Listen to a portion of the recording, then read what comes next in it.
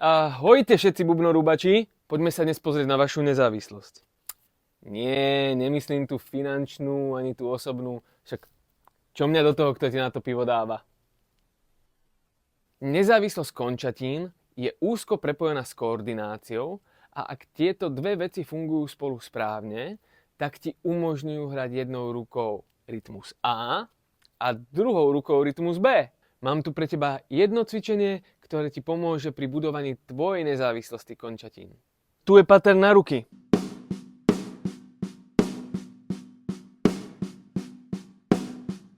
Na nohy.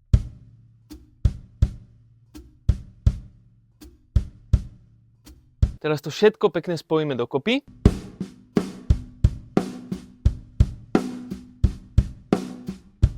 No a teraz rozmiestnime akcenty rúk do sady.